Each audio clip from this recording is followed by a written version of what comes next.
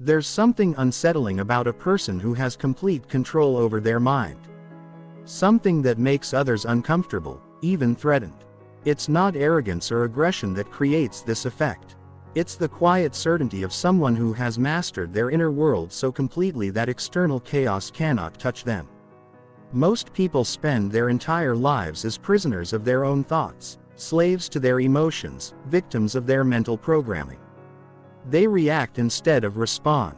They crumble under pressure instead of rising to meet it. They let fear dictate their choices and doubt poison their potential. But there exists a small percentage of individuals who have broken free from this mental slavery. They've built minds so disciplined, so resilient, so unshakably strong that their very presence makes others question their own mental weakness. These people don't just think differently, they operate from an entirely different level of consciousness. Today, you're going to learn how to become one of them. You're going to discover the exact strategies, techniques, and psychological principles that will transform your mind from a source of limitation into your greatest weapon. By the end of this journey, you won't just be mentally stronger. You'll possess the kind of mental dominance that makes others recognize they're in the presence of someone who has achieved what most never will. Complete mastery over their own mind. Chapter 1. The Mental Warfare Inside You. Right now, as you listen to these words, there's a war raging inside your head. It's a battle between two versions of yourself. The person you were and the person you could become. The person limited by fear, doubt, and past programming versus the person who could achieve anything they set their mind to. Most people never realize this war is happening. They live their entire lives unconsciously, letting their subconscious programming run the show. They wake up with the same limiting thoughts, react to challenges with the same fearful patterns, and go to bed having made the same excuses for why they didn't pursue their potential. This internal warfare is not a metaphor. It's a biological reality. Your brain contains approximately 86 billion neurons. And every single thought you think strengthens certain neural pathways while weakening others. Every time you choose courage over fear, you're literally rewiring your brain for strength. Every time you choose comfort over growth, you're programming yourself for weakness. The tragedy is that most people are unknowingly fighting for the wrong side. They're reinforcing the neural pathways of limitation, fear, and self-doubt. They tell themselves they're not smart enough, not strong enough, not worthy enough. And their brain, being the incredible pattern recognition machine that it is, works tirelessly to prove these limiting beliefs true. But here's what separates mentally strong individuals from the masses. They understand that thoughts are not facts. They recognize that the voice in their head telling them they can't do something is just old programming, not absolute truth. They've learned to observe their thoughts with detachment, to question their internal narrative, and to consciously choose which mental programs to run. This is where true mental strength begins. With the recognition that you are not your thoughts. You are the observer of your thoughts. You are the one who gets to decide which thoughts to entertain and which ones to dismiss. Most people are so identified with their thinking that they believe every random thought that pops into their head. Mentally strong individuals have created space between themselves and their thoughts. Consider this. Every successful person you admire, every individual who has achieved something remarkable, every leader who has influenced the world, they all had to win this internal war. First, they had to overcome the same doubts, fears, and limitations that everyone faces. The difference is they refuse to surrender to their mental weakness. The voice that tells you you're not ready, that you should wait until tomorrow, that you're not good enough. This is not your voice. This is the voice of your conditioning, your past failures, your inherited fears. Mentally strong people learn to recognize this voice for what it is. A security system that's trying to keep you safe by keeping you small. But safety and strength are incompatible. You cannot build mental resilience while avoiding mental challenges. You cannot develop emotional control while hiding from situations that trigger emotions. You cannot become unshakable while only operating within your comfort zone. The first step in building a mind so strong it scares people is acknowledging that you've been at war with yourself, and up until now you've been losing. You've been surrendering to the weaker version of yourself.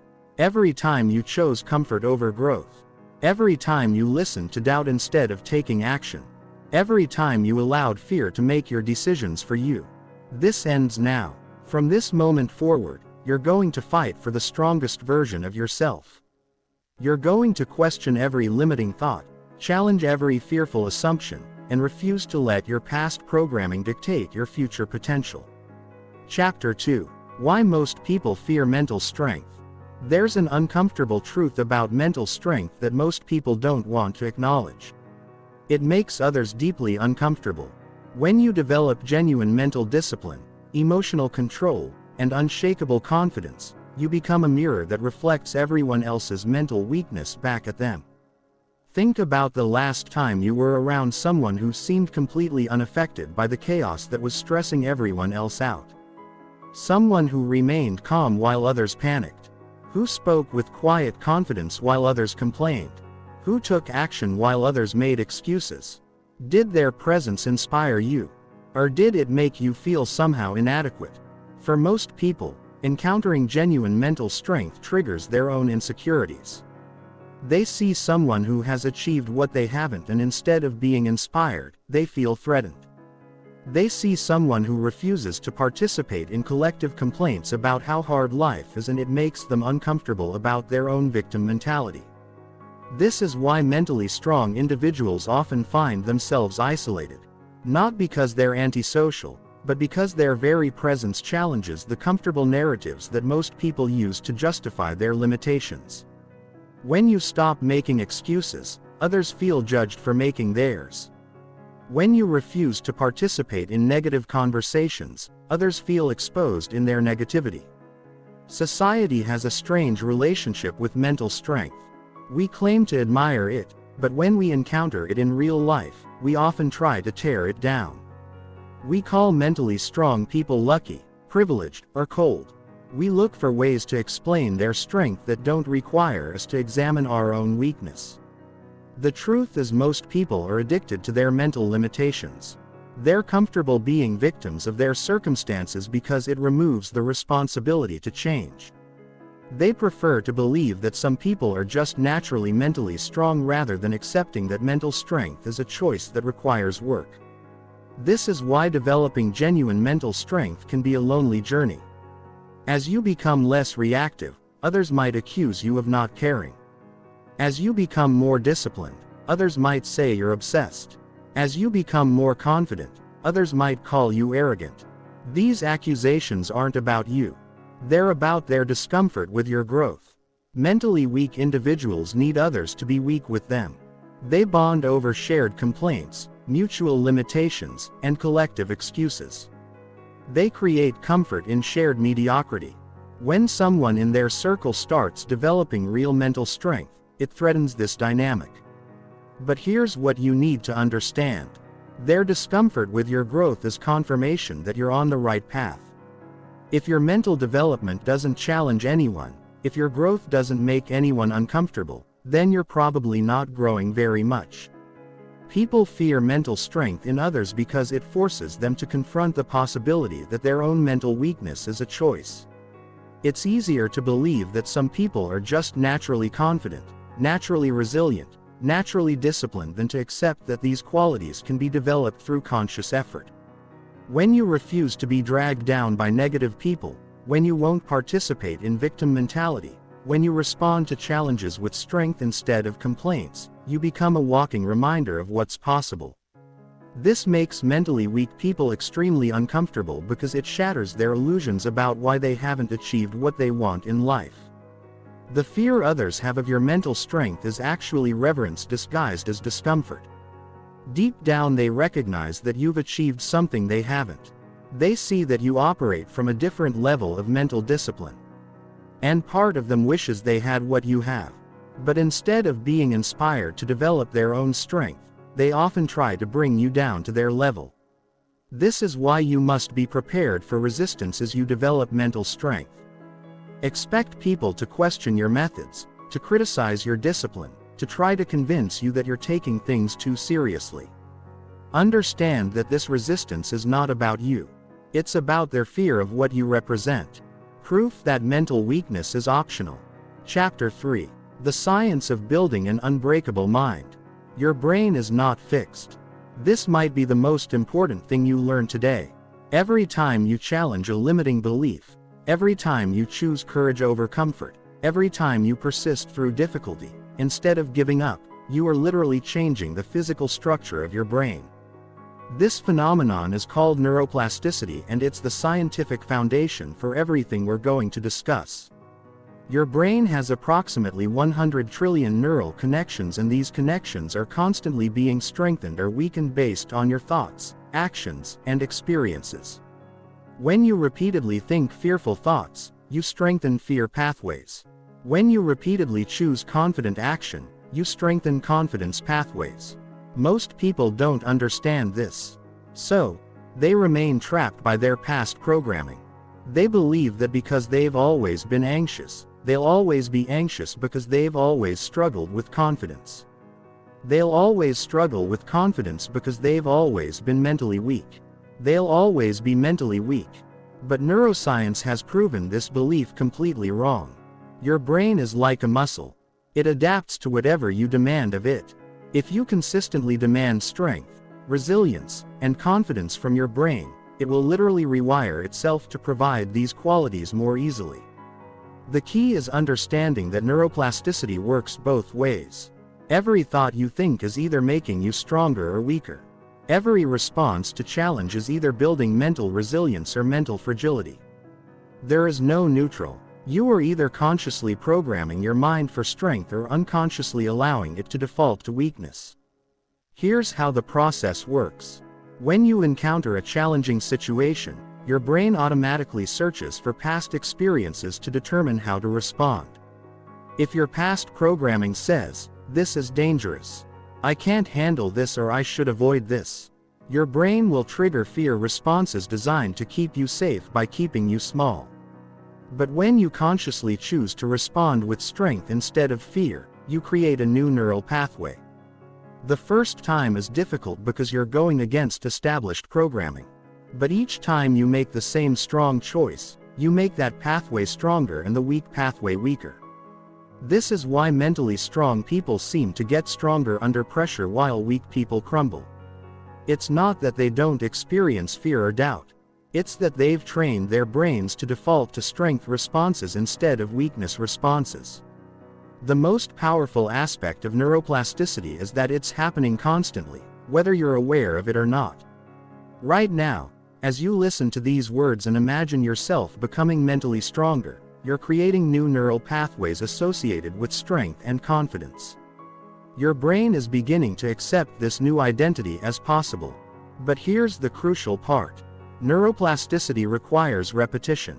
You can't just think strong thoughts once and expect permanent change. You have to consistently challenge weak thoughts. Consistently choose strong actions and consistently reinforce the mental patterns you want to develop. This is where most people fail. They want instant transformation, without consistent effort. They want to feel confident without repeatedly choosing confident actions. They want to be mentally strong without putting their mind through the training that creates mental strength. Building an unbreakable mind requires the same approach as building physical strength. Progressive overload. You start with small challenges and gradually increase the difficulty. You don't try to lift the heaviest weight on your first day at the gym. And you don't try to overcome your biggest fears on your first day of mental training. Every time you do something that scares you slightly, you're building courage neural pathways. Every time you persist through discomfort instead of quitting, you're building resilience pathways. Every time you control your emotional response, instead of reacting automatically, you're building emotional regulation pathways. The beautiful thing about this process is that it compounds. Each act of mental strength makes the next act easier. Each time you choose growth over comfort, you expand your comfort zone. Each time you prove to yourself that you can handle more than you thought, you increase your confidence in your ability to handle whatever comes next. This is why mentally strong people often seem like they're operating from a completely different reality. They're not superhuman. They've just trained their brains to respond to challenges with strength instead of fear, with curiosity instead of anxiety, with excitement instead of dread. Chapter 4. Emotional control that intimidates others. There's something profoundly unsettling about a person who cannot be emotionally manipulated. Someone who remains calm when others are losing their minds. Someone who responds thoughtfully when others react impulsively. Someone who maintains their center when everyone else is being pulled into emotional chaos. Most people are emotional slaves. They wake up and immediately check their emotions to see how they're supposed to feel that day. They let other people's moods determine their moods. They allow external circumstances to dictate their internal state. They react to every trigger, respond to every provocation, and surrender their emotional power to anyone who knows how to push their buttons. But individuals with true emotional mastery operate from a completely different paradigm. They understand that emotions are data, not commands. They feel their emotions fully, but they don't let emotions make their decisions. They recognize that emotional reactions are often based on past programming, not present reality. This level of emotional control is intimidating to others because it represents a kind of power that most people don't even know is possible. When you can remain calm in chaos, confident in uncertainty, and composed under pressure, you become someone that others instinctively recognize as operating from a higher level. The first step in developing intimidating emotional control is understanding what emotions actually are. Emotions are biochemical responses designed to help you survive. Fear alerts you to potential danger. Anger gives you energy to fight threats. Sadness helps you process loss. These are all valuable functions, but they were designed for a world very different from the one we live in today. Your ancient brain doesn't distinguish between a saber-toothed tiger and a difficult conversation with your boss. It doesn't differentiate between a physical threat and an emotional challenge. It responds to modern stressors with ancient programming, triggering fight-or-flight responses that are often completely inappropriate for the situation. Emotionally weak people are controlled by these ancient programs. They feel angry, so they act angry. They feel afraid, so they avoid challenges. They feel sad, so they withdraw from life. They've never learned that there's a space between stimulus and response, a space where choice lives. Emotionally strong people have expanded this space. They feel emotions just as intensely as everyone else, but they've trained themselves to pause before responding. In that pause, they evaluate. Is this emotion giving me useful information? Is the action this emotion is pushing me toward aligned with my goals? Is this the best way to respond to this situation? This pause, this space between feeling and action is where true power lives. It's the difference between being a victim of your emotions and being the master of them. And when others see you consistently operating from this space, it makes them deeply uncomfortable with their own emotional reactivity. Most people use emotions to justify their actions. I was angry, so I yelled. I was scared, so I didn't try. I was sad, so I stayed in bed. They've made emotions more powerful than their conscious will. They've given emotions veto power over their decisions. But emotionally masterful individuals understand that emotions are advisory, not mandatory. They listen to their emotions for information. But they make decisions based on their values, goals, and rational assessment of the situation. They might feel fear, but they act with courage. They might feel anger, but they respond with wisdom. They might feel sadness, but they continue moving forward.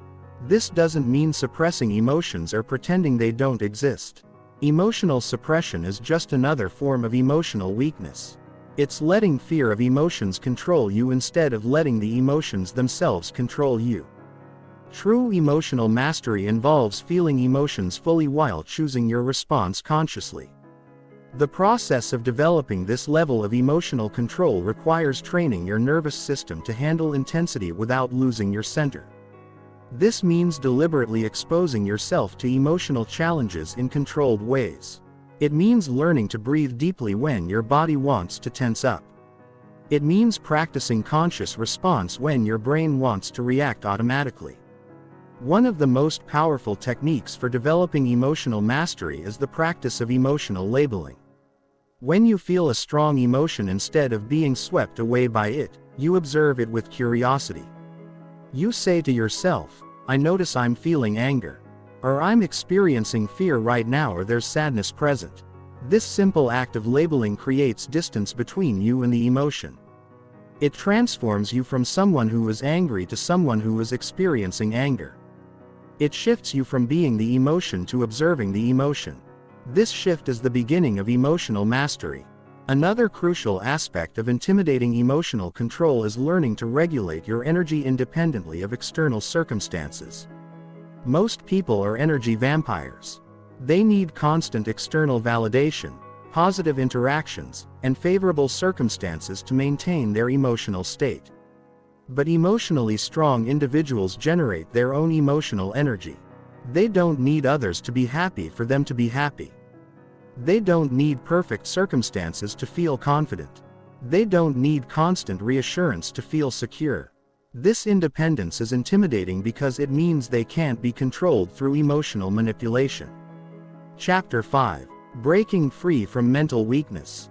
Mental weakness is not a permanent condition. It's a habit of thinking that was programmed into you through years of conditioning, repeated failures, and absorbed limitations. But like any habit, it can be broken.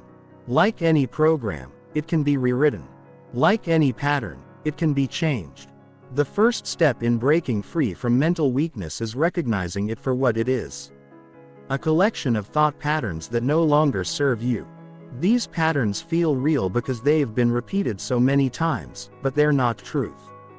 They're just very strong habits. Mental weakness shows up in predictable ways. It's the voice that immediately says, I can't when faced with a challenge.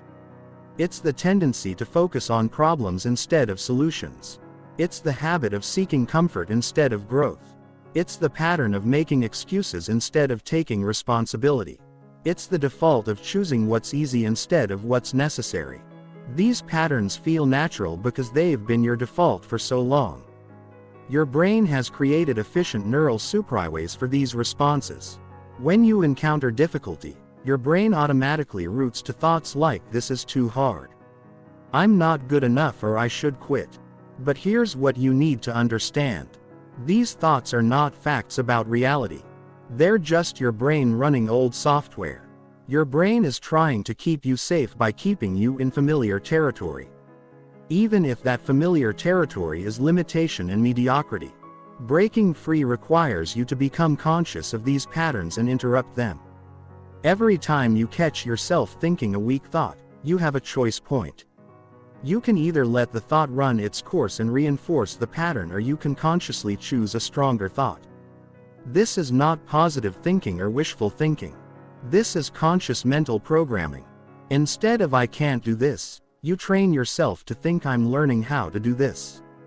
Instead of this is too difficult, you think this is exactly the kind of challenge I need to grow stronger. Instead of I might fail, you think I might succeed beyond my wildest expectations. The key is understanding that you're not trying to convince yourself of something false. You're choosing to focus on possibilities instead of limitations. You're choosing to emphasize your potential instead of your current constraints. You're choosing to see challenges as opportunities instead of threats. Mental weakness is also maintained by the company you keep. If you're surrounded by people who complain constantly, make excuses regularly, and settle for mediocrity consistently, their mental patterns will influence yours. The human brain is designed to mirror the patterns of people we spend time with. This means that breaking free from mental weakness often requires changing your environment. You need to distance yourself from people who reinforce weak thinking and surround yourself with individuals who model mental strength. You need to consume content that challenges you to grow instead of content that validates your limitations. One of the most powerful ways to break weak mental patterns is through what psychologists call behavioral activation. This means taking strong action even when you don't feel like it. When your mind says, "I don't feel motivated," you exercise anyway. When your thoughts say, "I'm not ready," you take action anyway. When your emotions say, "This is uncomfortable," you lean into the discomfort anyway. Every time you act in opposition to weak thoughts, you weaken those neural pathways and strengthen pathways associated with courage, discipline, and strength. Your brain begins to learn that you don't have to feel ready to take action. You don't have to feel motivated to do what needs to be done. And you don't have to feel comfortable to grow. Another crucial element of breaking free from mental weakness is learning to find evidence of your strength instead of evidence of your weakness. Your brain is constantly looking for evidence to confirm your beliefs about yourself. If you believe you're weak, your brain will highlight every mistake, every failure, every moment of doubt.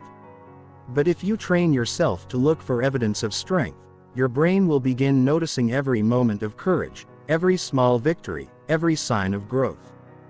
This doesn't mean ignoring your areas for improvement or pretending you're already perfect. It means balanced assessment instead of the negatively biased assessment that mental weakness creates. It means acknowledging both your current limitations and your growing capabilities. The process of breaking free from mental weakness also requires you to question the stories you tell yourself about why you haven't achieved what you want. Mental weakness loves stories like "I don't have enough time," "I don't have the right connections," "I'm too old," "I'm too young," "I don't have enough money," or "I don't have enough experience." While these factors can create real challenges, they become mental weakness when you use them as reasons to stop trying instead of problems to solve. Mentally strong individuals face the same constraints but focus on what they can control instead of what they can't control. Breaking free from mental weakness is ultimately about taking back control of your inner narrative. Instead of being the victim in your own story, you become the hero. Instead of being limited by your circumstances, you become empowered by your choices. Instead of being defined by your past, you become inspired by your potential. Chapter 6. The Daily Conditioning of Mental Dominance. Mental strength is not built in moments of inspiration. It's forged in the daily repetition of disciplines that most people find too boring, too difficult, or too uncomfortable to maintain. The difference between someone with intimidating mental strength and someone who crumbles under pressure is not talent, genetics, or luck. It's the accumulated effect of thousands of small choices made consistently over time. Every morning, you have a choice. You can either condition your mind for strength or allow it to default to weakness. Most people make this choice unconsciously. They wake up, immediately check their phone, flood their minds with other people's problems and opinions, and start their day in a reactive state. They've handed control of their mental state to external forces before they've even gotten out of bed. Mentally dominant individuals understand that the first hour of the day sets the tone for everything that follows. They guard this time fiercely because they know that how they start determines how they finish. While others are scrolling through social media, feeding their minds digital junk food, mentally strong people are programming their minds for excellence. The foundation of mental conditioning is taking control of your internal dialogue before the world tries to control it for you. Your brain generates approximately 60,000 thoughts per day, and most people let this happen randomly. They wake up and immediately begin thinking the same thoughts they thought yesterday, which leads to the same emotions they felt yesterday, which drives the same actions they took yesterday, which creates the same results they got yesterday. Breaking this cycle requires conscious intervention. Before your mind can default to its old programs, you need to deliberately install new ones. This means starting each day by consciously choosing who you want to be, how you want to feel, and what you want to accomplish. Not just what you want to do, but who you want to become in the process. The most powerful mental conditioning technique is visualization, but not the kind of wishful thinking that most people practice. This is neurological programming. Your brain doesn't distinguish between a vividly imagined experience and a real one. When you consistently visualize yourself responding to challenges with strength, your brain begins creating neural pathways that make that response more automatic. But visualization without emotion is just daydreaming. You must feel the confidence, the strength, the certainty as you imagine yourself succeeding. You must experience the satisfaction of overcoming obstacles, the pride of maintaining your standards under pressure, the deep knowing that you can handle whatever comes your way. This emotional engagement tells your brain that this is important, that this is real, that this is who you are. Another critical component of daily conditioning is intentional discomfort. Mentally weak people spend their entire lives avoiding discomfort, which means they never develop the capacity to handle it. Mentally strong people deliberately seek out controlled discomfort because they understand that comfort and strength are incompatible. This doesn't mean creating unnecessary suffering. It means systematically exposing yourself to challenges that are slightly outside your comfort zone. Take cold showers when you want warmth.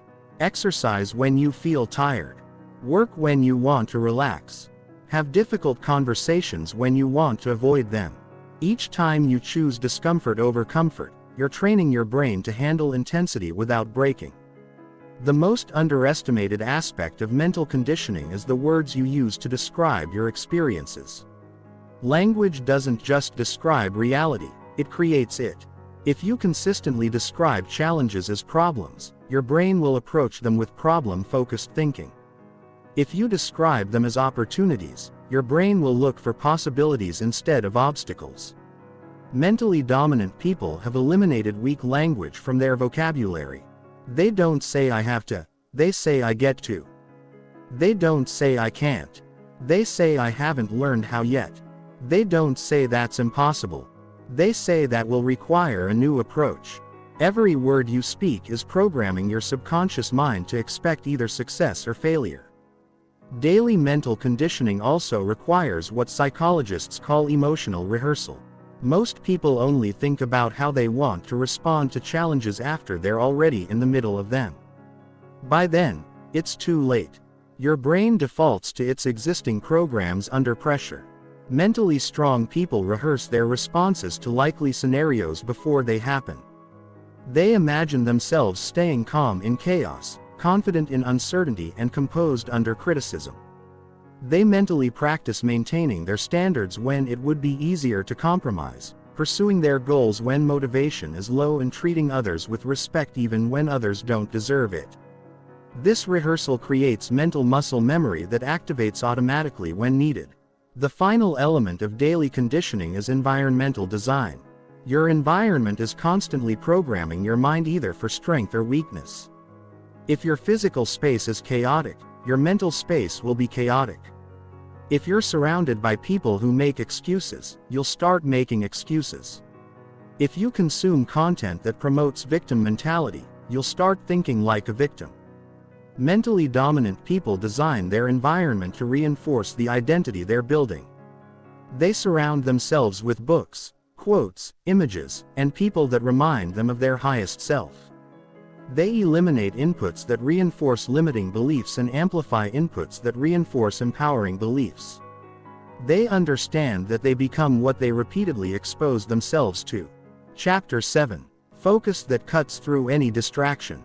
In a world designed to fragment your attention, the ability to maintain laser-focused concentration has become a superpower. Most people have the attention span of a goldfish, constantly switching between tasks, checking notifications, and allowing every random thought to derail their focus. They live in a state of continuous partial attention, never fully present for anything important. This scattered attention is not just inconvenient, it's devastating to your mental strength. When you can't control your focus, you can't control your thoughts. When you can't control your thoughts, you can't control your emotions. When you can't control your emotions, you can't control your actions. Everything starts with attention. Mentally strong individuals understand that attention is the most valuable resource you have. It's more valuable than time because time without attention is worthless. You can sit at your desk for 8 hours, but if your attention is scattered across social media, random thoughts, and meaningless distractions, you've accomplished nothing. But with trained attention, you can accomplish in 1 hour what others accomplish in 8. The first step in developing intimidating focus is understanding what you're fighting against. Your attention is under constant assault from forces that profit from your distraction. Social media platforms, news websites, entertainment companies. They've hired teams of neuroscientists and behavioral psychologists to make their content as addictive as possible. They're literally rewiring your brain to crave distraction. Every notification, every breaking news alert, every urgent email is training your brain to expect constant stimulation. This creates what researchers call attention residue. Part of your mind remains fixated on the last thing you looked at, even when you're trying to focus on something else. Most people are operating with severe attention residue all day long. Breaking free from this requires what can only be described as digital detox. You must deliberately reduce your exposure to attention hijacking stimuli. Turn off notifications. Create specific times for checking email and social media instead of responding to every ping. Design periods of your day where you're completely unreachable by digital distractions. But eliminating distractions is only half the battle. The other half is training your brain to sustain attention on command. This requires deliberate practice, just like building physical strength. Most people never train their attention, then wonder why they can't concentrate when it matters. The most effective attention training method is what neuroscientists call sustained attention meditation. This is different from relaxation meditation. You're not trying to empty your mind. You're training it to hold a single point of focus for extended periods. You might focus on your breath, a specific word, or even a mental image. But the key is returning your attention to that focal point every time it wanders. This is not easy, especially in the beginning. Your mind will resist like a wild horse being broken. It will generate urgent thoughts about things you need to do, problems you need to solve, and worries you need to address. These are all diversions designed to pull you away from the discomfort of sustained focus. Every time you gently return your attention to your chosen focus point, you're strengthening your attention muscle. Advanced focus training involves what military psychologists call tactical breathing. This technique was developed for soldiers who need to maintain perfect focus while under extreme stress. You breathe in for 4 counts, hold for 4 counts, exhale for 4 counts, and hold empty for 4 counts. This pattern activates your parasympathetic nervous system, which calms your mind and sharpens your focus. But the most powerful focus technique is emotional engagement. Your brain naturally focuses on what it finds emotionally significant. This is why you can scroll social media for hours without effort but struggle to read a book for 20 minutes. Social media is designed to trigger emotional responses constantly. While many important tasks feel emotionally neutral, the solution is to consciously create emotional significance around the things that matter. Before starting any important task, remind yourself why it matters, how it connects to your larger goals, and what achieving it will mean for your future. Create an emotional reason to stay focused instead of relying on willpower alone. Another critical aspect of intimidating focus is what psychologists call cognitive load management.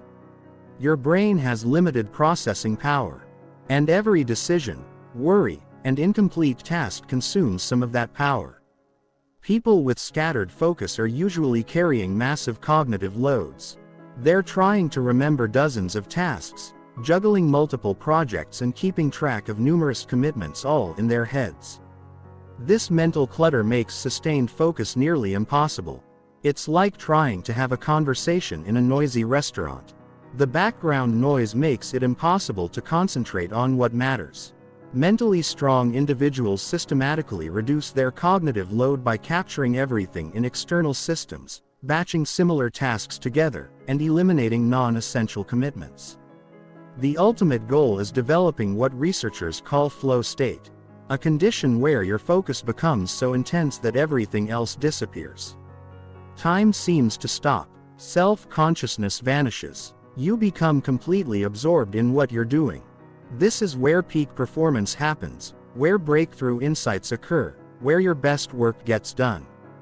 Flow state occurs when the challenge level of your task perfectly matches your skill level. If the task is too easy, you get bored. If it's too hard, you get anxious, but when it's perfectly calibrated, difficult enough to require your full attention, but not so difficult that you feel overwhelmed, your brain enters this optimal state of focus. People who consistently access flow state appear to operate from a different reality. They produce work that seems impossible to others. They solve problems that others consider unsolvable. They accomplish in months what others struggle to accomplish in years. This isn't because they're more intelligent. It's because they've trained their attention to levels that others find intimidating. Chapter 8. Strategic Resilience Under Pressure. Pressure reveals character. When everything is going well, anyone can appear strong, confident, and capable. But when the stakes are high, when time is short, when everyone else is panicking, that's when you discover who you really are.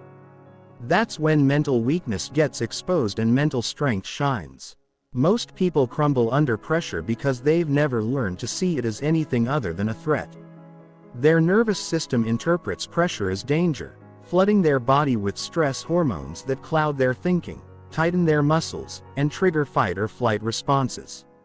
Under pressure, they become reactive instead of strategic, emotional instead of logical, scattered instead of focused. But individuals with strategic resilience have rewired their relationship with pressure entirely. They don't just tolerate pressure. They thrive under it. They understand that pressure is not something that happens to them, but something they can learn to use as fuel. They've trained their nervous system to interpret pressure as excitement rather than threat. This transformation begins with understanding what pressure actually is. Pressure is simply the gap between what's expected and what's currently happening, amplified by time constraints and consequence awareness. The bigger the gap, the tighter the timeline, the higher the stakes, the more pressure you feel. But pressure itself is neutral. It's your interpretation of pressure that determines whether it strengthens you or weakens you. Mentally weak people interpret pressure as evidence that something is wrong, that they're in danger, that they might fail. This interpretation triggers stress responses that make failure more likely. Mentally strong people interpret pressure as evidence that they're pursuing something important, that they have an opportunity to prove themselves, that they're exactly where they need to be to grow stronger. The first component of strategic resilience is what psychologists call cognitive reframing. Instead of thinking I'm under too much pressure, you think I'm in a high-performance situation. Instead of what if I fail, you think what can I learn from this? Instead of this is too hard, you think this is exactly the challenge I need to level up. This isn't positive thinking or self-deception. This is strategic thinking. You're choosing the interpretation that serves your performance instead of the interpretation that sabotages it. You're using your cognitive flexibility to frame situations in ways that enhance rather than diminish your capabilities. The second component is physiological regulation. Your body's stress response is designed to help you survive physical threats by redirecting blood flow away from your thinking brain toward your muscles. But most modern pressure situations require more thinking, not more muscle. You need to override your body's ancient programming with conscious breathing and posture control. The most effective technique for this is what Special Forces operatives call box breathing. Inhale for 4 counts. Hold for 4 counts. Exhale for 4 counts. Hold empty for 4 counts. This pattern activates your parasympathetic nervous system, which tells your brain that you're safe, which allows blood flow to return to your prefrontal cortex, which restores clear thinking under pressure. Your posture also sends signals to your brain about how you should feel. Slouched shoulders and a hunched back tell your brain you're defeated. Straight spine, open chest and raised chin tell your brain you're confident and capable. Navy SEALs are trained to maintain perfect posture under extreme pressure because they understand that how you hold your body influences how your brain interprets the situation. The third component of strategic resilience is what military strategists call scenario planning. Most people are devastated by unexpected challenges because they've never mentally rehearsed how to handle them. They approach high-pressure situations hoping everything goes according to plan, which means they're completely unprepared when things inevitably go wrong. Mentally resilient individuals prepare for multiple scenarios. They ask themselves, what's the best case outcome? What's the worst case? What's most likely to actually happen? What are 3 things that could go wrong? And how would I handle each one? This mental rehearsal creates familiarity with difficulty, which reduces the shock when challenges arise. They also practice what philosophers call negative visualization, imagining losing everything they value and considering how they would rebuild. This isn't pessimism, it's preparation. When you've mentally rehearsed handling loss, actual setbacks feel manageable rather than devastating. You develop confidence in your ability to recover from anything. Another crucial element of pressure performance is what athletes call process focus. When the stakes are high, most people become outcome obsessed. They think about winning or losing, success or failure, approval or rejection. This outcome focus creates anxiety because outcomes are largely outside your control. Mentally resilient people focus on process instead of outcome. They identify the specific actions they need to take and pour their attention into executing those actions with excellence. They can't control whether they win, but they can control how well they prepare, how clearly they think, how effectively they execute their strategy. This process focus creates what psychologists call effortless effort, a state where you're working at maximum capacity, but feeling relaxed and natural. Professional athletes describe being in the zone during crucial moments. This isn't magic, it's the result of training their attention to stay on process rather than getting hijacked by outcome anxiety. The final component of strategic resilience is building what researchers call stress inoculation. Just like vaccines expose you to small amounts of harmful bacteria to build immunity, stress inoculation exposes you to manageable amounts of pressure to build psychological immunity. This means deliberately putting yourself in pressurized situations when the stakes are lower. Practice public speaking when it doesn't matter for your career. Have difficult conversations when relationships aren't on the line. Take on challenging projects when failure won't be catastrophic. Each time you perform under pressure, you're building confidence in your ability to handle pressure. People with intimidating resilience have usually done this so consistently that pressure feels normal to them. What overwhelms others feels routine to them. They've conditioned their nervous system to operate optimally under conditions that break most people. Chapter 9. Mental training that builds unshakable confidence. True confidence, the kind that makes others instinctively recognize you as someone who operates from a higher level, is not built through affirmations, positive thinking, or pretending you feel different than you do. Real confidence is built through evidence. Specifically, evidence that you can handle whatever life throws at you, that you can overcome obstacles, and that you can trust yourself to figure things out. Most people confuse confidence with arrogance or self-deception. They think confidence means feeling good about yourself regardless of reality, or believing you can do anything regardless of evidence. This kind of false confidence crumbles the moment it encounters real challenge because it's built on wishes rather than proof. Genuine confidence is built on a foundation of demonstrated capability. It's the quiet certainty that comes from having tested yourself against difficult circumstances and discovered that you're stronger than you thought. It's the deep knowing that even if you don't know how to handle something right now, you have the capability to learn, adapt, and figure it out. This kind of confidence is intimidating to others because it's unshakable. It doesn't require external validation or favorable circumstances. It doesn't crumble when criticized or challenged. It doesn't need others to agree with it. It exists independently of other people's opinions because it's based on your own track record of overcoming difficulty. Building this level of confidence requires what psychologists call mastery experiences. Situations where you succeed at something that initially seemed impossible or frightening. Each mastery experience adds to your confidence bank account, creating a growing body of evidence that you're capable of more than you realized. But here's the key. These mastery experiences must involve real difficulty. If you only succeed at easy things, you don't build real confidence. If challenges are artificial or consequences are minimal, your brain doesn't register them as meaningful evidence. You need to succeed at things that actually matter, things that actually scare you, things where failure would actually be costly. This is why comfort zone expansion is essential for confidence building. Your comfort zone is not just about what you're used to. It's about what your brain considers safe based on past experience. When you operate only within your comfort zone, you never generate evidence that you can handle more challenging situations.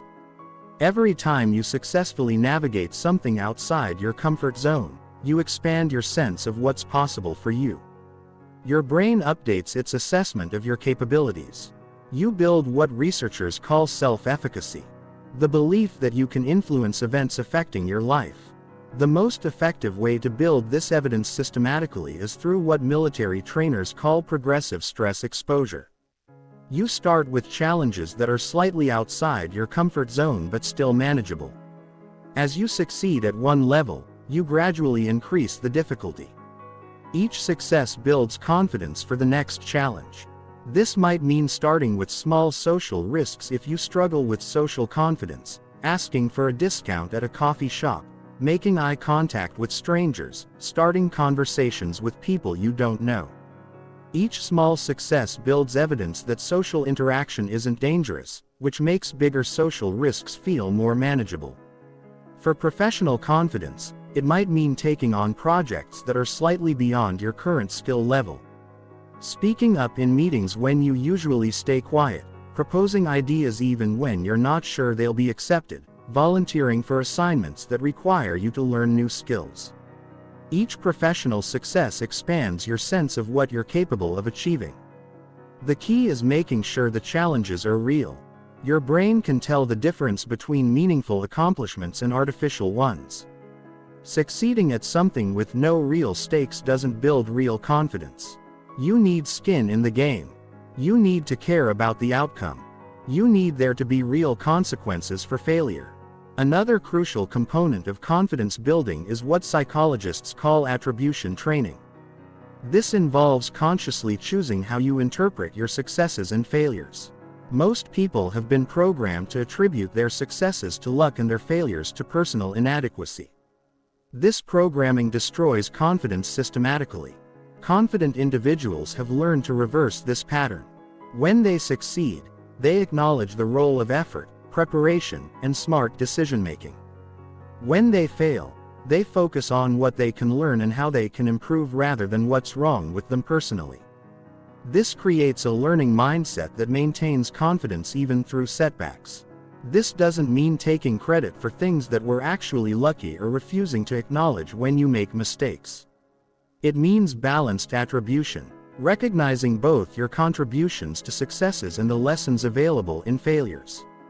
It means seeing yourself as someone who gets results through effort rather than someone who gets lucky or unlucky. Physical training is also essential for building unshakable confidence because it provides direct, undeniable evidence of your ability to get stronger through effort.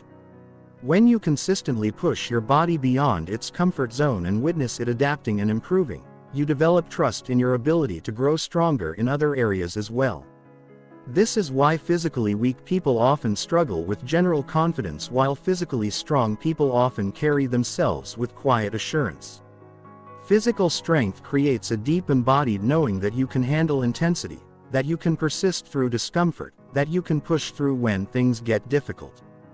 The mental aspect of physical training is just as important as the physical benefits. Every time you exercise when you don't feel like it, you're building evidence that you can do hard things even when motivation is low. Every time you complete a workout that you wanted to quit, you're proving to yourself that your commitment is stronger than your comfort. The final element of confidence building is what researchers call identity integration. This means aligning your self-concept with the evidence you're building. Many people accumulate impressive accomplishments but still see themselves as inadequate because they haven't updated their identity to match their capabilities. This integration requires consciously acknowledging your growth, celebrating your victories, and updating your self-talk to reflect your expanding capabilities. Instead of "I got lucky," you say "I made that happen." Instead of "I'm not good at this," you say "I'm still learning this." Instead of "I can't handle pressure," you say "I'm getting better at handling pressure." True confidence is not something you feel. It's something you know. You know because you have evidence. You know because you've tested yourself. You know because you've built a track record of figuring things out, bouncing back from setbacks, and growing stronger through challenge. Chapter 10. The Psychology of Mental Intimidation. There's something unsettling about encountering someone whose mind cannot be manipulated, whose emotions cannot be hijacked, and whose focus cannot be scattered. This person doesn't need to be aggressive or boastful. Their very presence creates a psychological effect that makes others acutely aware of their own mental limitations.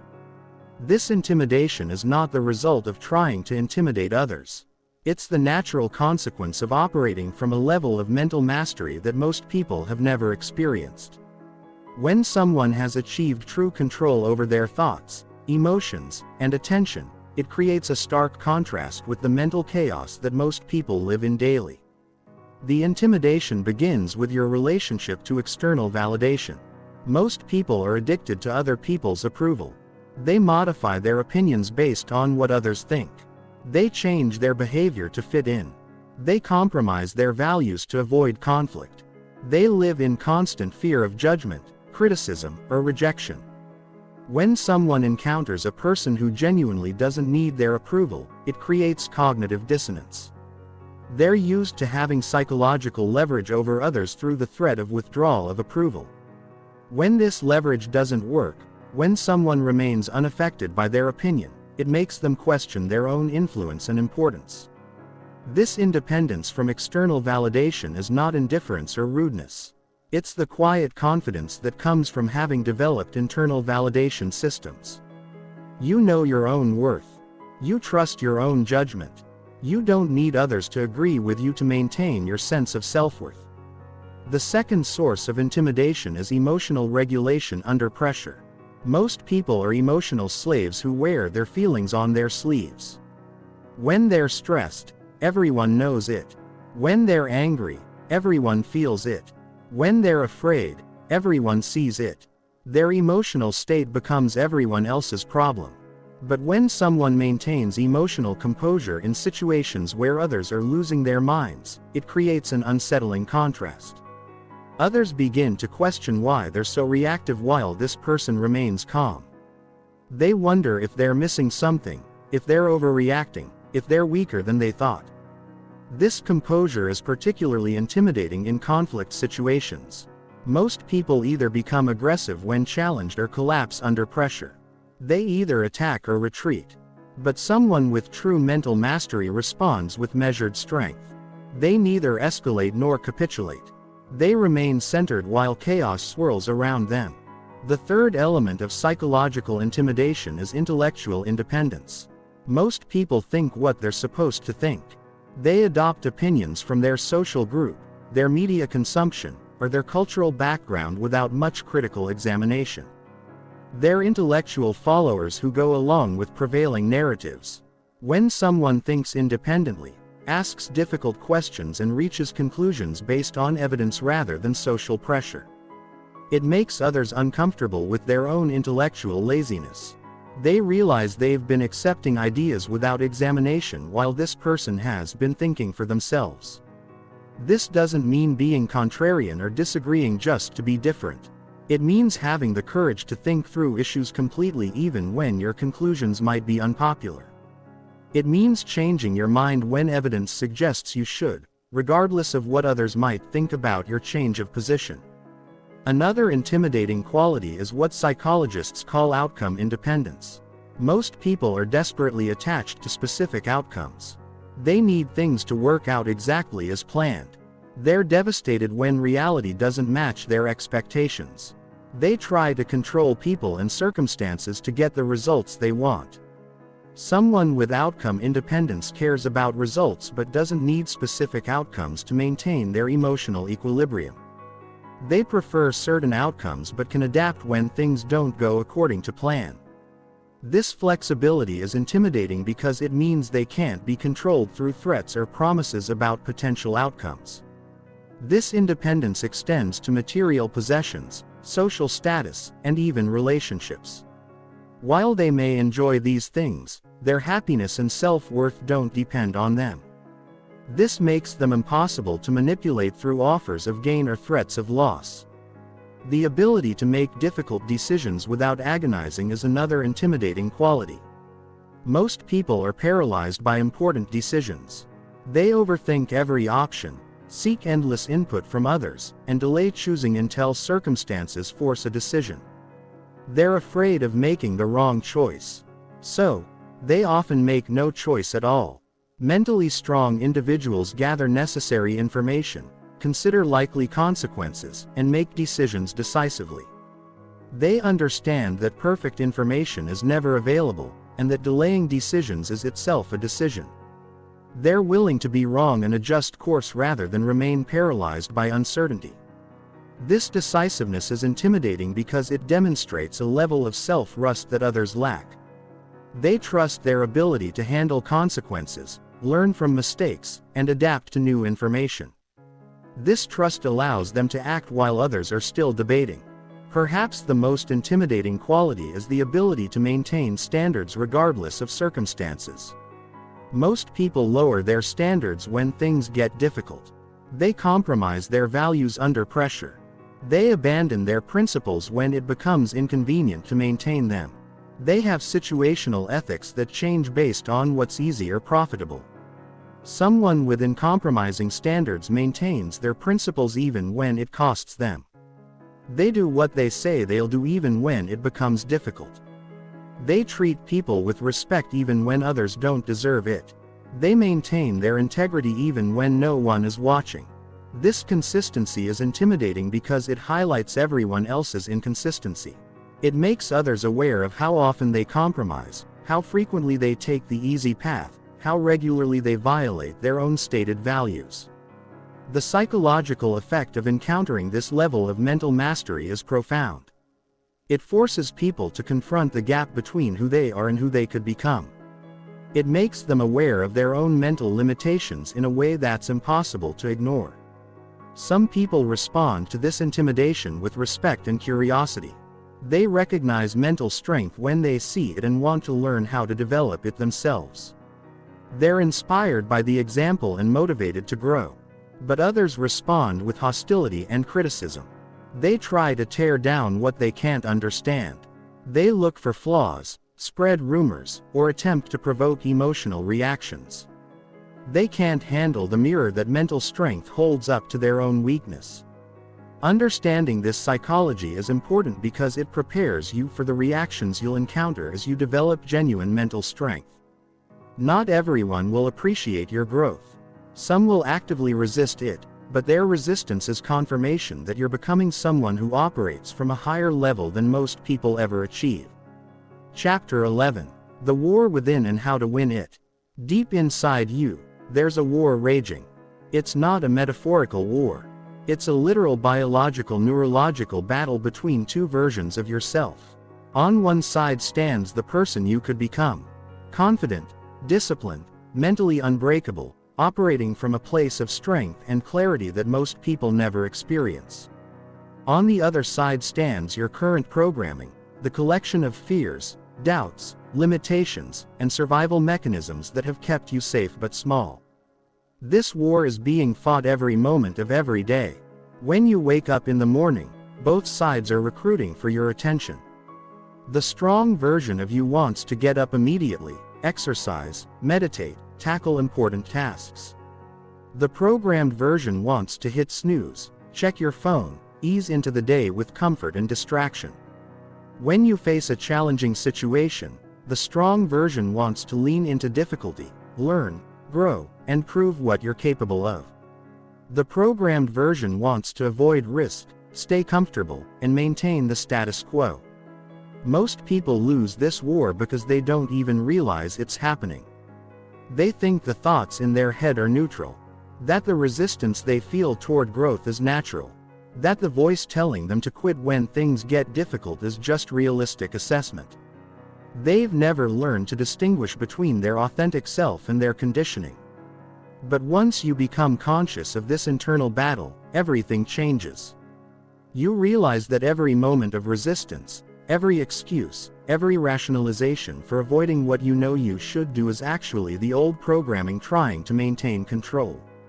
It's not you. It's the part of you that was programmed by past failures, inherited fears, and societal conditioning to keep you exactly where you are. The first weapon in this internal war is recognition. You must learn to identify when the old programming is speaking versus when your authentic self is guiding you. The old programming always sounds reasonable, always has logical explanations for why you should wait, why you're not ready, why this isn't the right time. It never tells you that you can't. It just gives you very convincing reasons why you shouldn't try right now. Your authentic self, on the other hand, doesn't make excuses. It sees what needs to be done and wants to do it. It doesn't wait for perfect conditions or guaranteed outcomes. It understands that growth happens through action, not analysis. It knows that you become who you need to be by doing what that person would do, not by waiting until you feel like that person. The second weapon is understanding how this programming was installed in the first place. Your brain evolved for survival in an environment very different from the one we live in today.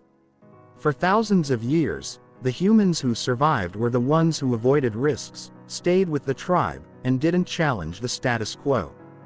Innovation, individualism, and bold action often led to death. Your modern brain still operates with these ancient survival programs. When you consider starting a business, asking for a promotion, approaching someone you're attracted to, or pursuing any goal that involves uncertainty, your brain interprets this as potential danger. It floods your body with stress hormones, creates anxiety and doubt, and generates very logical sounding reasons why you should avoid the risk. Understanding this allows you to see resistance for what it really is: an outdated security system trying to keep you safe by keeping you small. When you feel fear about pursuing something important, you can recognize it as your ancient brain trying to protect you from dangers that no longer exist. This doesn't make the fear disappear, but it strips away its authority over your decisions. The third weapon is deliberate counterprogramming. If your brain has been programmed to expect failure, avoid risks and doubt your capabilities, you need to consciously program it with different expectations. This isn't positive thinking, it's neurological training. Every time you choose courage over comfort, action over analysis, growth over safety, you're strengthening neural pathways associated with strength and confidence. But the old programming doesn't give up easily. It will fight back with increased intensity as you start to change. The resistance you feel when trying to break old patterns isn't a sign that you're doing something wrong. It's proof that you're doing something right. You're forcing deeply entrenched neural patterns to change and they're fighting to maintain their dominance. This resistance manifests in many ways. You might suddenly feel overwhelmed with urgent tasks that distract you from important work. You might experience unusual fatigue when trying to exercise or meditate. You might find yourself having vivid dreams about failure or catastrophe. Your mind might generate compelling arguments for why your new goals are unrealistic or why you should focus on other priorities first. These are all symptoms of your old programming trying to regain control. Understanding this allows you to persist through the resistance instead of interpreting it as evidence that you should quit. The resistance is temporary, but the transformation that results from pushing through it is permanent. The fourth weapon is what psychologists call implementation intentions. Instead of relying on motivation or willpower, you create specific if-then plans for how you'll respond when the old programming tries to reassert control. If I feel like skipping my workout, then I'll put on my exercise clothes and commit to just 5 minutes. If I start making excuses about why I can't pursue my goals, then I'll write down 3 small actions I can take immediately. These predetermined responses bypass the internal negotiation that usually leads to compromise and procrastination. When resistance arises, you don't debate it or try to overcome it with willpower. You simply execute your predetermined plan. This removes the decision-making process that the old programming uses to regain control. The fifth weapon is understanding that this war is winnable. But it requires sustained effort. Mental transformation doesn't happen through dramatic moments of insight. It happens through thousands of small choices made consistently over time. Every time you choose the strong option instead of the comfortable option, you win a small battle. Every time you act in alignment with who you want to become instead of who you've been, you claim more territory in this internal war. The cumulative effect of these small victories is profound. Over time, the strong neural pathways become dominant while the weak ones atrophy from disuse. The voice of your authentic self gets louder while the voice of your programming gets quieter. What once required enormous effort becomes natural and automatic. But here's the crucial understanding. This war never completely ends. Even after achieving significant mental strength, the old programming can reassert itself during periods of stress, uncertainty, or major life changes. The difference is that you'll recognize it immediately. You'll have tools to counter it, and you'll know with certainty that you can win any battle with your former limitations. This is what separates people with intimidating mental strength from everyone else. They fought this internal war consciously and systematically until they achieved decisive victory. They no longer operate from old programming. They operate from conscious choice. They no longer react to circumstances. They respond with intentionality. They no longer let fear make their decisions. They let their highest self determine their actions. Chapter 12: Advanced Mental Warfare Tactics. Once you understand that mental strength is built through systematic training rather than wishful thinking, you need specific tactics that actually work under pressure. These are not feel-good strategies or motivational techniques. These are psychological warfare tactics that have been tested in the most demanding environments imaginable. The first tactic is what Special Forces operatives call stress inoculation training. Instead of avoiding situations that make you nervous, you deliberately expose yourself to controlled versions of those situations until they no longer trigger stress responses. If public speaking terrifies you, you start by recording yourself speaking alone. Then speaking in front of a mirror. Then speaking to one person, gradually building up your tolerance until addressing large audiences feels routine. The key is progression and repetition. Your nervous system learns through experience, not through thinking. Every time you successfully navigate a stressful situation, you build evidence that you can handle stress. Your brain updates its threat assessment algorithms based on actual outcomes rather than imagined dangers. But stress inoculation must be approached systematically. If you jump immediately to your biggest fear without proper preparation, you can actually reinforce anxiety instead of building confidence. The exposure must be challenging enough to create growth, but manageable enough to ensure success. You're training your nervous system to stay calm under pressure, not traumatizing yourself with overwhelming challenges. The second tactic is cognitive restructuring under fire. This involves consciously changing your internal dialogue while you're actually experiencing pressure. Not just when you're calm and comfortable. Most people practice positive thinking when everything's fine. But when stress hits, their mind reverts to catastrophic thinking patterns. Real cognitive restructuring happens in real time during actual challenges. When you feel your heart rate increasing and your thoughts spiraling toward worst-case scenarios, you interrupt the pattern with predetermined mental scripts. Instead of "I can't handle this," you think "this is exactly the kind of challenge I need to grow stronger." Instead of "what if I fail," you think "I'm about to learn something valuable about my capabilities." This requires practice because your brain defaults to familiar thought patterns under pressure. You need to rehearse these new mental scripts so extensively that they become automatic responses.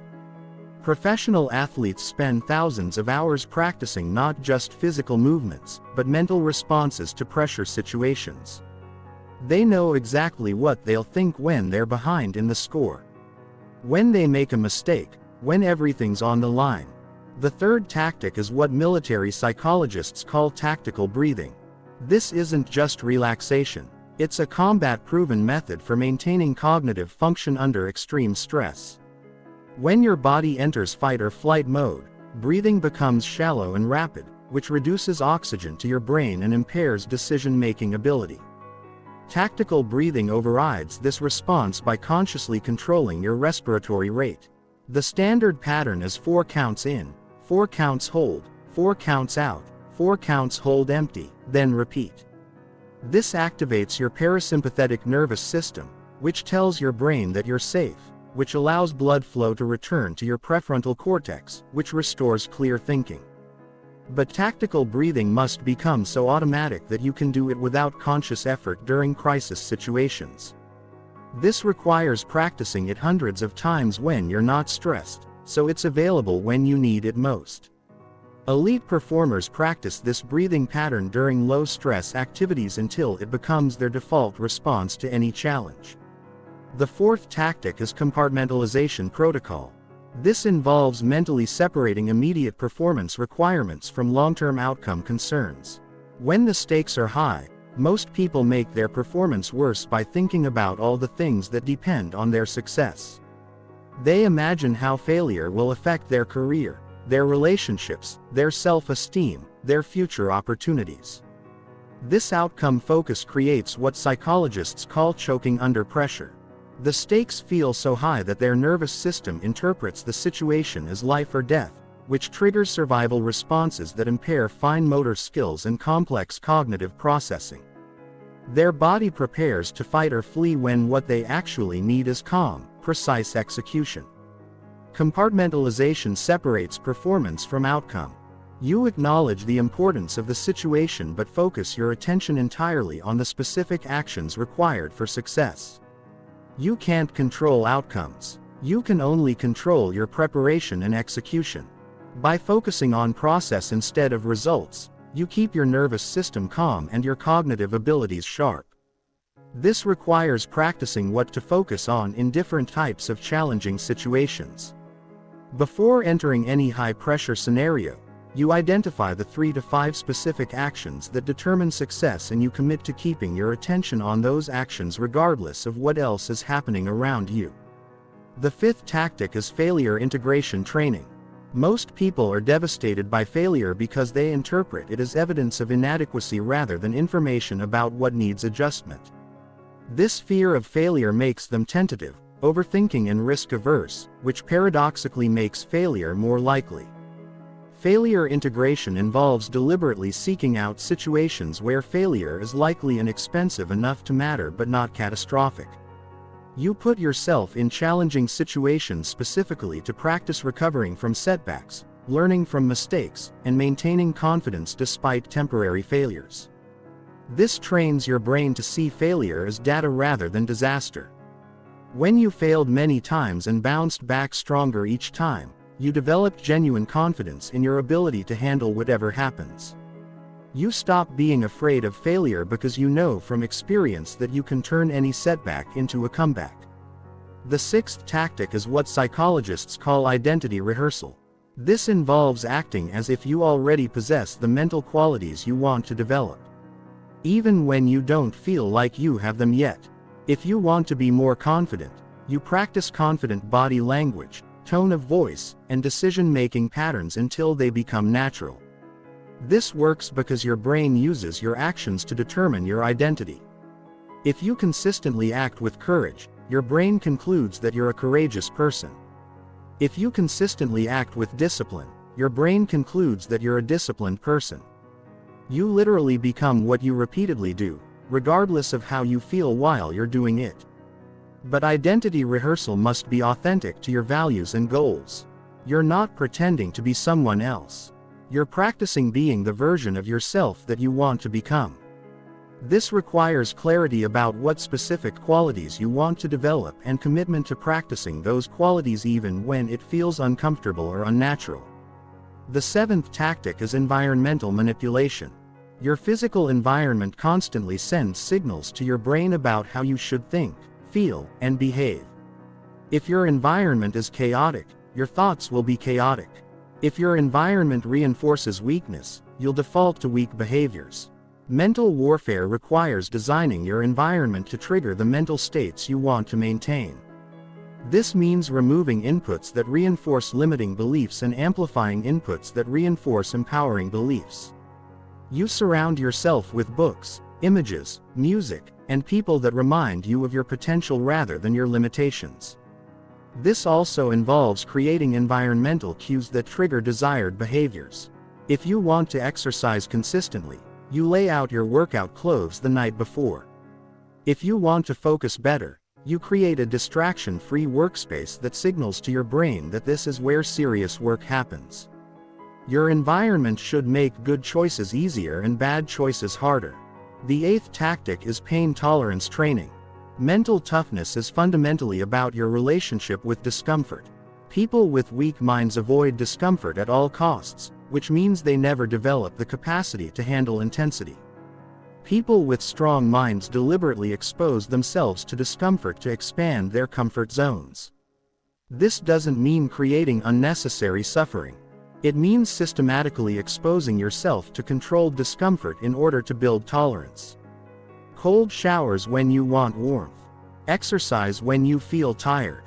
Difficult conversations when you want to avoid conflict. Challenging work when you want entertainment.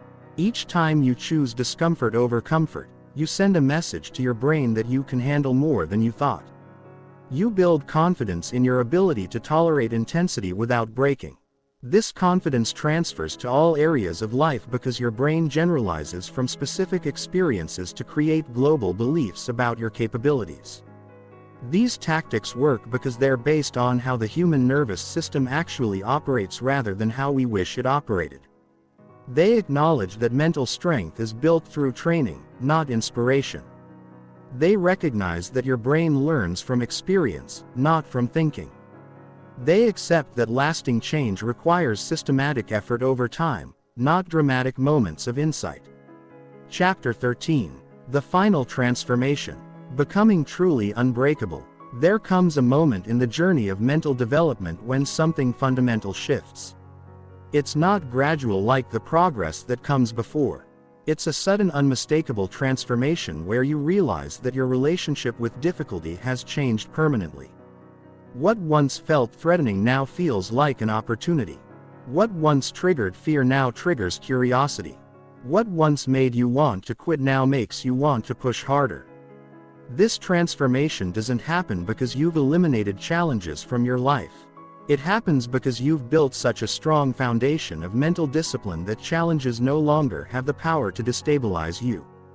You've become what psychologists call antifragile. Not just resilient, but actually strengthened by stress and difficulty. The first sign of this transformation is what researchers call emotional independence. You no longer need favorable circumstances to feel confident. You don't need other people's approval to feel worthy. You don't need everything to go according to plan to maintain your sense of well-being. Your emotional state becomes internally generated rather than externally dependent. This doesn't mean you stop caring about outcomes or become indifferent to other people's opinions. It means you stop needing specific outcomes to maintain your equilibrium. You prefer success, but you don't require it. You appreciate approval, but you don't depend on it. You enjoy favorable circumstances, but you don't collapse when circumstances become unfavorable. This emotional independence is profoundly unsettling to people who are still emotionally dependent. They can't understand how you remain calm when they're panicking, how you stay confident when they're doubting themselves, how you maintain your standards when they're compromising theirs. Your emotional stability highlights their emotional volatility in ways that make them deeply uncomfortable. The second sign is what military psychologists call threat assessment recalibration. Your brain's threat detection system undergoes fundamental rewiring. Situations that used to trigger fight or flight responses now feel manageable. Challenges that used to seem overwhelming now seem interesting. Setbacks that used to feel devastating now feel like valuable feedback. This happens because you've accumulated extensive evidence that you can handle difficult situations successfully.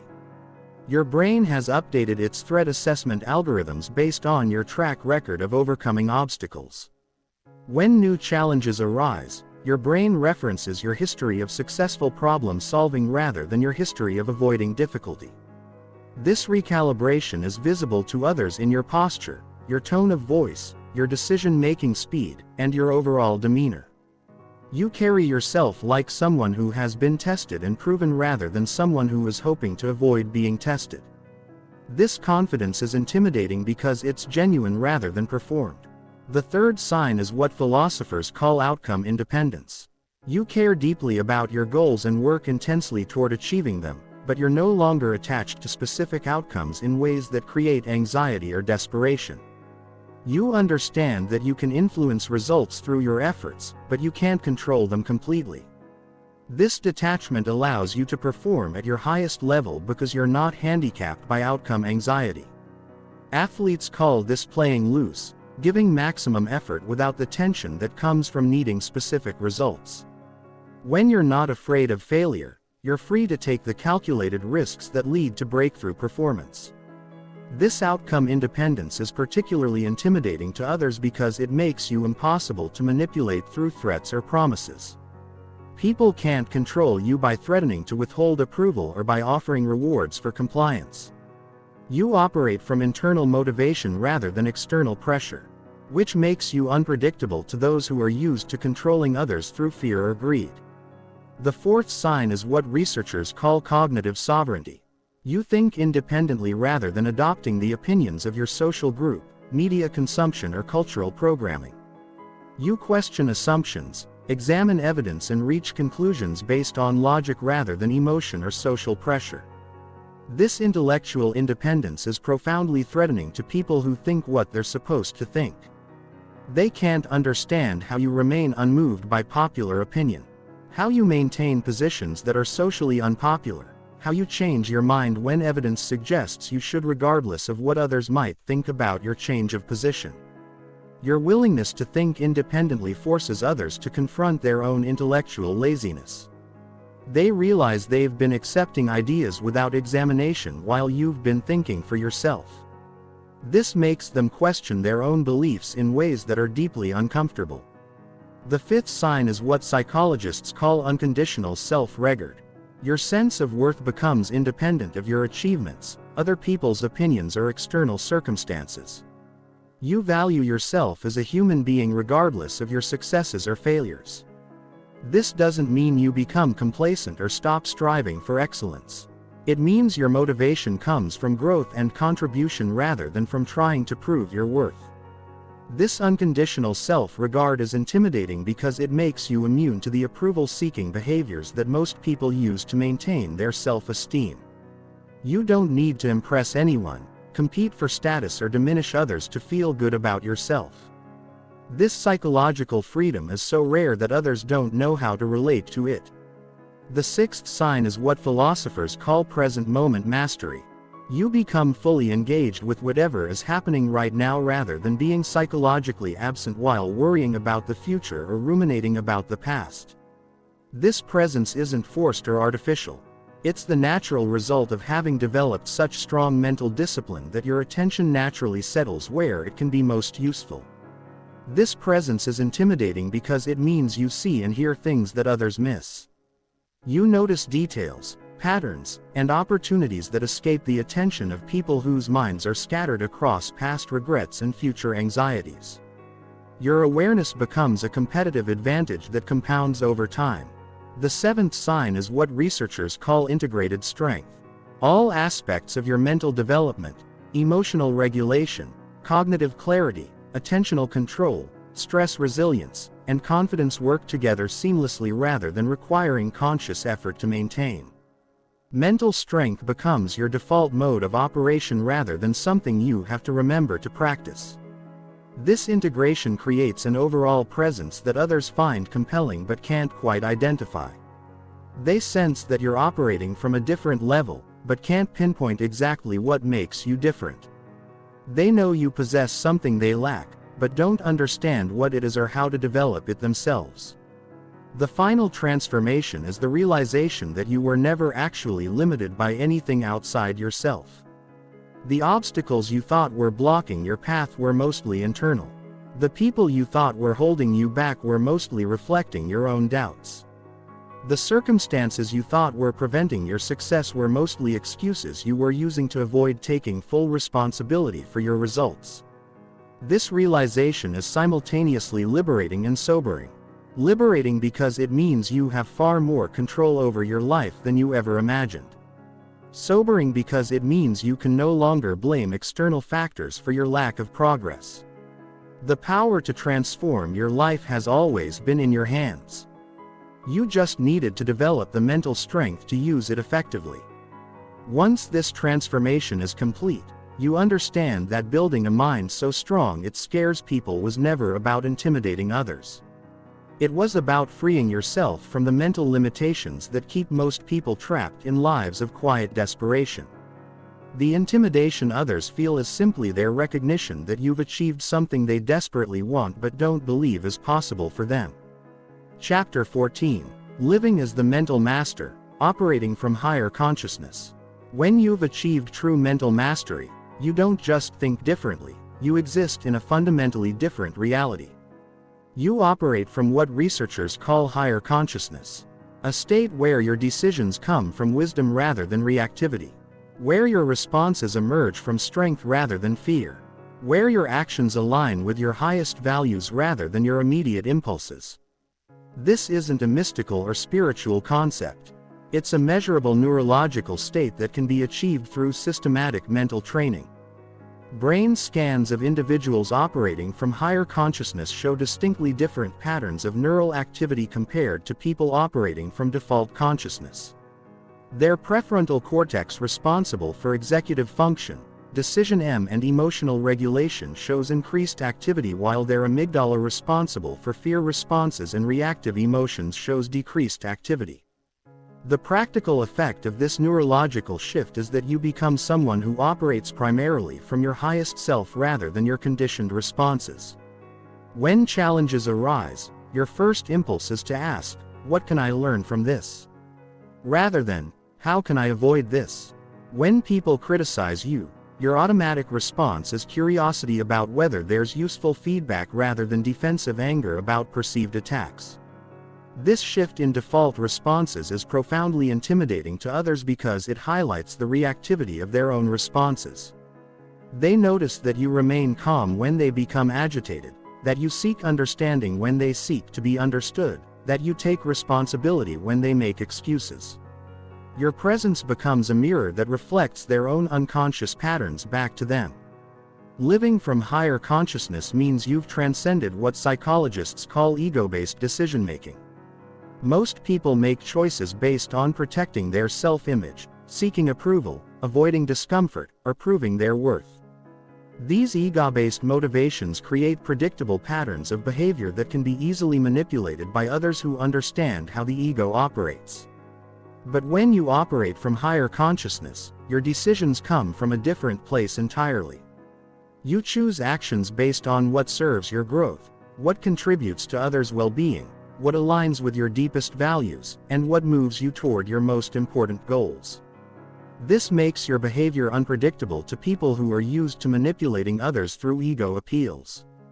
The first characteristic of higher consciousness is what philosophers call perspective transcendence. You can step outside your immediate circumstances and view situations from multiple angles simultaneously. When conflict arises, you can see not just your own position but also the perspectives of others involved. When problems emerge, you can zoom out to see both immediate challenges and long-term implications. This perspective transcendence allows you to make decisions that others can't understand because they're trapped in narrow viewpoints. You might choose short-term difficulty to achieve long-term growth. You might prioritize principles over profit. You might seek truth over comfort. These choices seem irrational to people operating from limited perspectives. The second characteristic is what psychologists call emotional sovereignty. Your emotional state becomes internally generated rather than externally determined. You feel what's appropriate for the situation rather than being hijacked by automatic emotional reactions. You experience emotions fully without being controlled by them.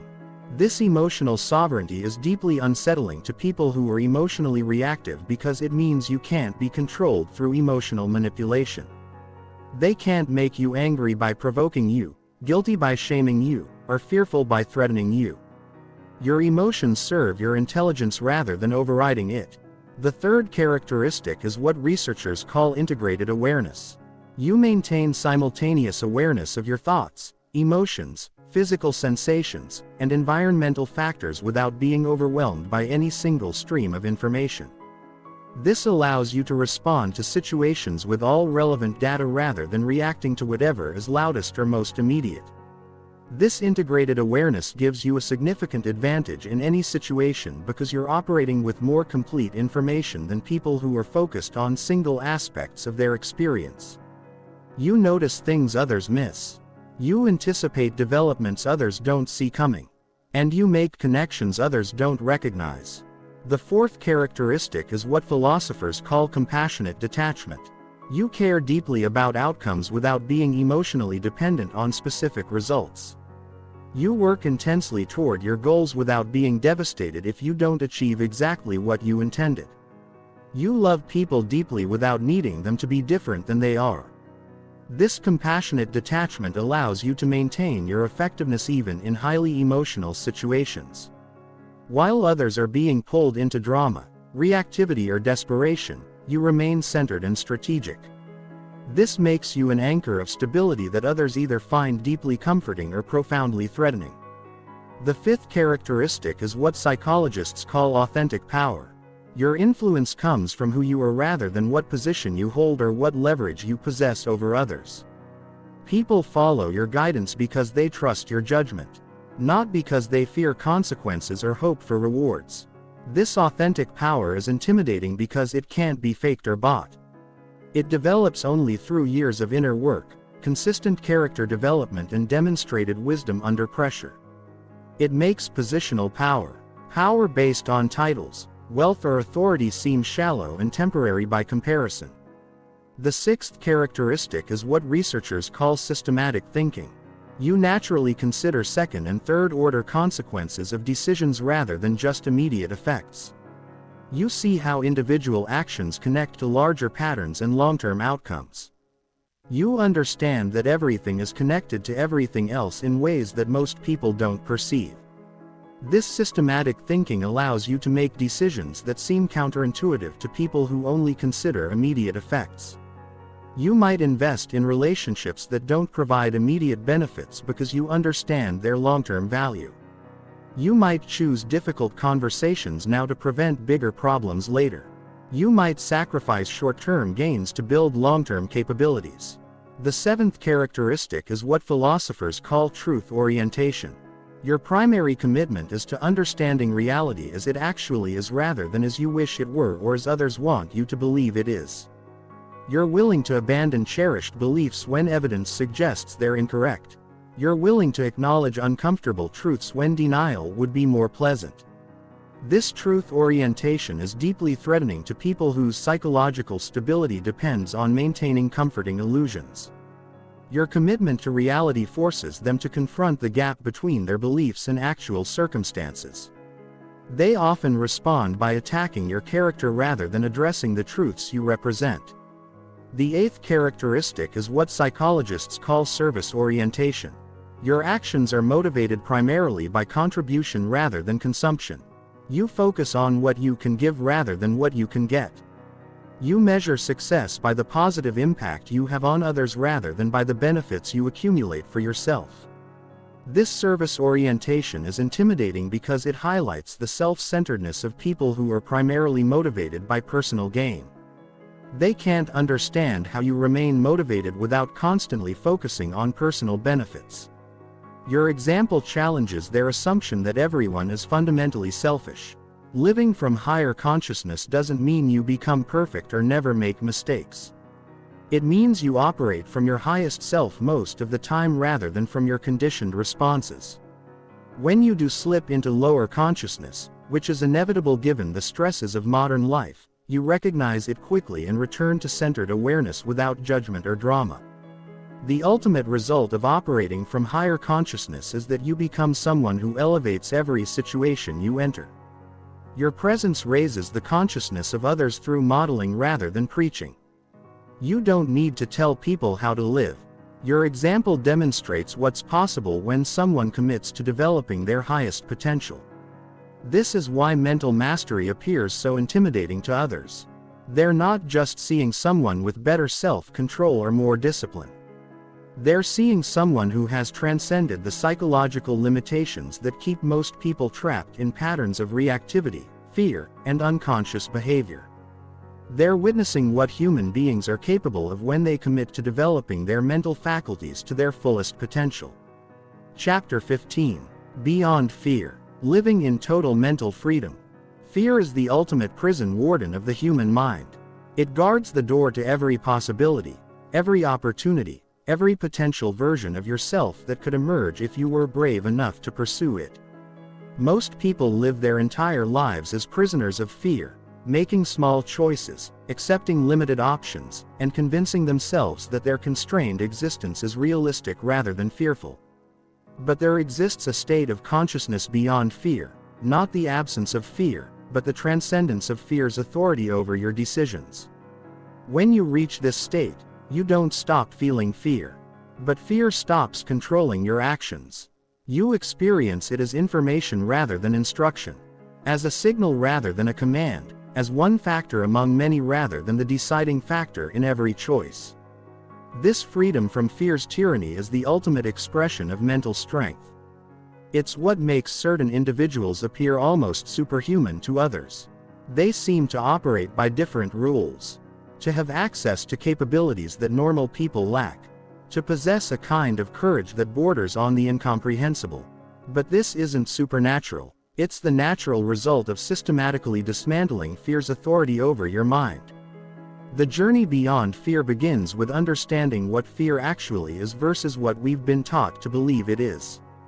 Fear is not a prediction of disaster.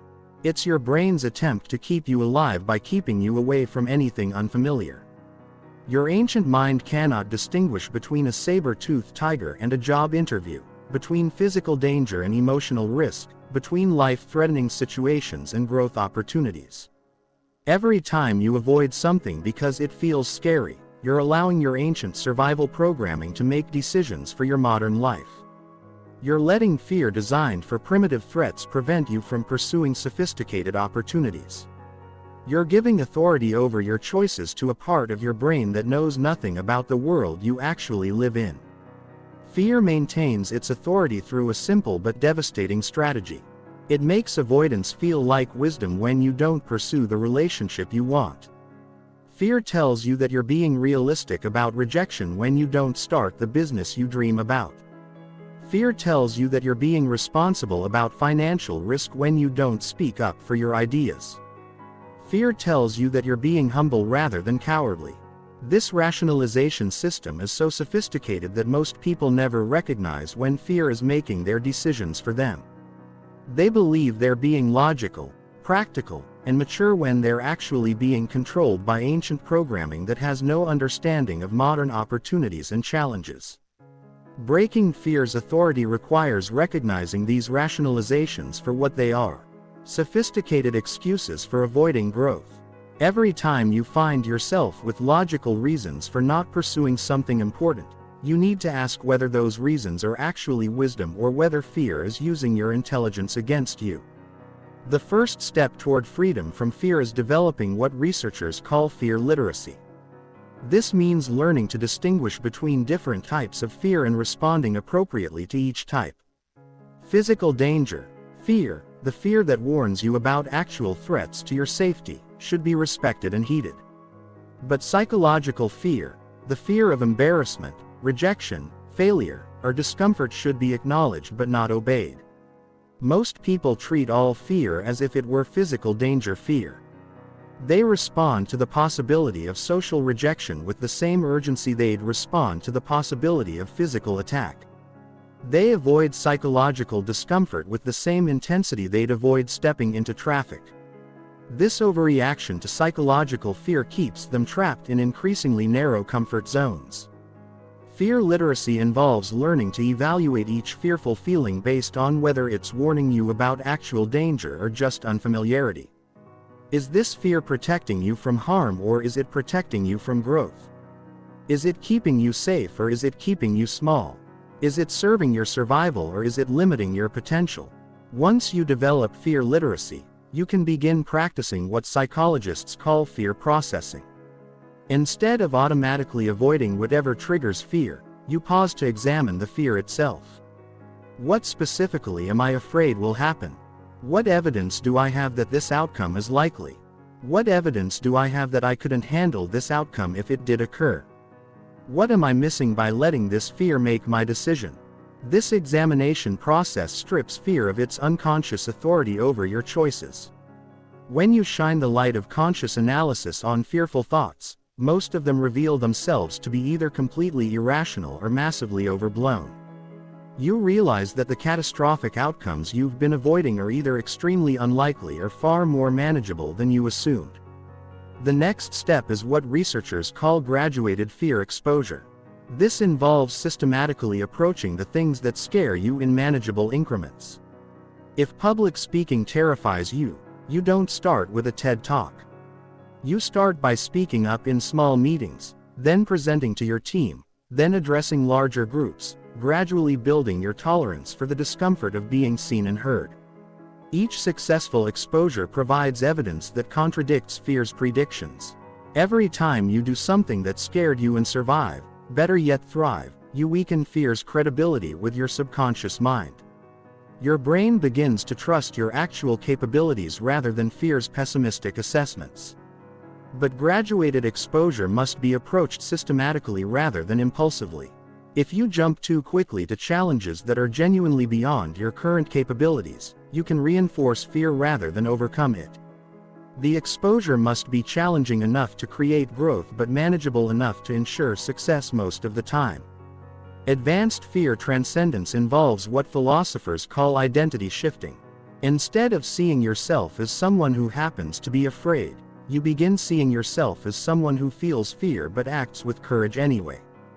Instead of trying to eliminate fear, you practice acting in alignment with your values despite fear's presence. This identity shift is crucial because it moves you from fighting against fear to transcending fear's authority. You stop trying to become fearless, an impossible goal that leads to frustration and self-judgment, and start becoming someone who feels fear but doesn't let fear make decisions for you.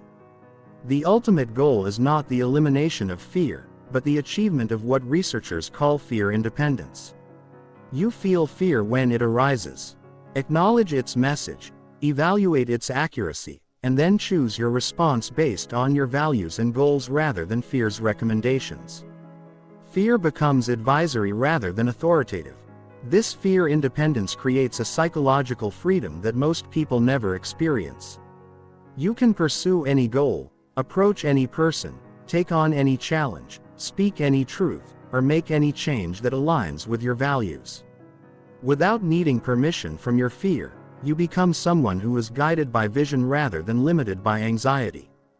The intimidation factor of fear independence cannot be overstated. Most people are so controlled by various fears that they can't imagine operating without fear's permission. When they encounter someone who has achieved genuine freedom from fear's authority, it forces them to confront the extent to which their own lives are constrained by anxieties and avoidance patterns. They see someone taking risks they wouldn't dare take, pursuing goals they wouldn't dare pursue, having conversations they wouldn't dare have, and living with an authenticity they wouldn't dare attempt. This doesn't necessarily inspire them. It often terrifies them because it highlights how much of their potential they've abandoned to maintain the illusion of safety. Fear independence also makes you immune to fear-based manipulation. You can't be controlled through threats because you're not afraid of the consequences they're threatening. You can't be manipulated through anxiety because you don't need certainty to take action. You can't be intimidated because you've already faced your deepest fears and discovered you could handle them. The final stage of mental freedom is the realization that fear was never protecting you from actual dangers. It was protecting you from discovering your actual capabilities. Every time you avoided something because it scared you, You missed an opportunity to find out what you were truly capable of achieving. Every fear you let make decisions for you was a limitation you imposed on your own potential. This realization is both liberating and sobering. Liberating because it means you have access to far more possibilities than you ever imagined. Sobering because it means you've been limiting yourself far more than circumstances have been limiting you. The prison you thought you were trapped in was mostly of your own construction. Living beyond fear doesn't mean living without challenges, setbacks, or difficulties. It means living without the additional suffering that comes from being afraid of challenges, setbacks, or difficulties. You still face real problems, but you don't compound those problems with the anxiety of trying to avoid them or the despair of believing you can't handle them. This is the ultimate mental freedom. The ability to engage fully with life without being paralyzed by the possibility that life might not go according to your plans. You pursue your goals intensely without needing guarantee of success. You love deeply without requiring certainty of reciprocation. You speak honestly without demanding agreement. You act courageously without expecting safety. When you achieve this level of mental freedom, you become someone who operates from possibility rather than limitation, from love rather than fear, from expansion rather than contraction. You live as an example of what human beings are capable of when they refuse to let fear make their decisions for them. This is not just intimidating to others. It's inspiring to those who are ready to begin their own journey beyond fear.